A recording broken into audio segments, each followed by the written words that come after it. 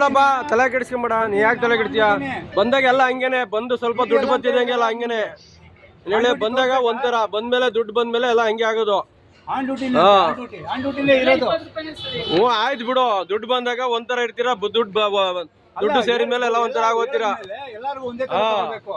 ಈ ಸ್ಟಾಫ್ನವ್ರಿಗೂ ಒಂದೇ, ಇದ್ದವ್ರಿಗೂ ಒಂದೇ ಅಂತ ಹೇಳ್ತೀಯ. ಬೇರೆಯವ್ರಿಗೆ 10 ರೂಪಾಯಿ 15 ರೂಪಾಯಿ ತಗೋತೀಯ, ನಮ್ಮ ಹತ್ರ 20 ರೂಪಾಯಿ ತಗೋತೀಯ. ಆನ್ ಡ್ಯೂಟಿನೇ ಅಪ್ಪ. ಆಯ್ತು ಬಿಡಪ್ಪ. ದುಡ್ಡು ಬಂದಾಗ ಒಂಥರ, ದುಡ್ಡು ಬಂದ್ಮೇಲೆ ಎಲ್ಲ ಹೆಂಗೆ ಚೇಂಜ್. ನೀನು ಅಲ್ಲ, ಎಲ್ಲರೂ ಅಷ್ಟೇ, ಓನರ್ ಆಗಿ ಅಷ್ಟೇ ಮಾಡ್ತಾ ಇರೋದೇನು ಕೇಳಿ. ಗೊತ್ತಾಗ್ಬೇಕು ಏನಂತ, ಮೆಜೆಸ್ಟಿಕ್ ಅಲ್ಲಿ ಏನೇನು ನಡೀತಿದೆ ಅಂತ. ಮೆಜೆಸ್ಟಿಕ್ ಅಲ್ಲಿ ಏನೇನು ನಡೀತಿದೆ ಅಂತ ಗೊತ್ತಾಗ್ಬೇಕು. ಏನ್ ಹೇಳು?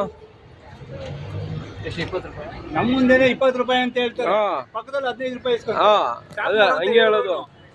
ಹಂಗೇನೆ ಮತ್ತೆ. ಅದು ಏನು ಮಾಡಕ, ದುಡ್ಡು ಬರುತ್ತೆ. ದುಡ್ಡು ಬರತಕ್ಕ ಒಂಥರ, ದುಡ್ಡು ಬಂದ್ಮೇಲೆ ಒಂಥರನೇ. ಈ ತರ ಎಲ್ಲ ಬಸ್ ಸ್ಟ್ಯಾಂಡ್ಗಳಲ್ಲಿ ವ್ಯಾಪಾರ ಮಾಡಿದ್ರೆ ಹೆಂಗೆ? ನಡಿ ಆಯ್ತು. ಬರೋದೇ ಅವ್ರಿಗೆ ಅದಕ್ಕೋಸ್ಕರನೇ. ಮತ್ತೆ ಏನ್ ಮಾಡ್ತೀರಾ? ಸುದ್ದಿ ಹೊಡೆದ್ರೆ ಹೇಳ.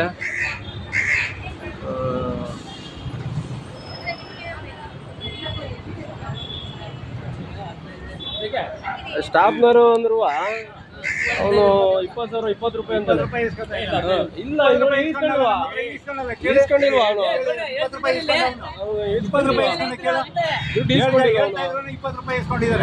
ಅವನಿಗೆ ಗೊತ್ತಾಗ್ಬೇಕು ಏನು ಅಂತ.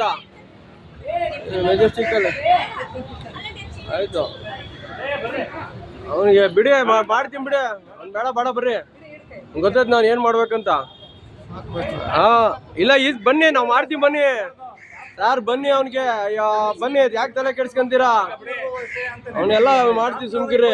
ತಲೆ ಕೆಡ್ಸ್ಕೊಂಬೇಡಿ. ನೋಡಿ, ಇದು ಬೆಂಗಳೂರು BMTC ಹತ್ರ ಇರೋಂಥ ಟೀ ಹೋಟ್ಲು.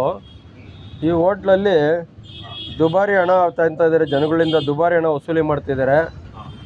ಒಂದು ಟೀಗೆ 20 ರೂಪಾಯಿ. ಹಿಂಗೆ ಒಬ್ಬೊಬ್ರದ್ದು ಒಂದೊಂದು ಥರ ಹಣ ವಸೂಲಿ ಮಾಡ್ತಿದ್ದಾರೆ. ದಯಮಾಡಿ ಇದಕ್ಕೆ ಸಂಬಂಧಪಟ್ಟವರು ಯಾರಿದ್ದಾರೆ, ದಯಮಾಡಿ ಇದಕ್ಕೆ ಇವ್ರ ಮೇಲೆ ಕ್ರಮ ಕೈಗೊಳಿಸ್ಬೇಕು.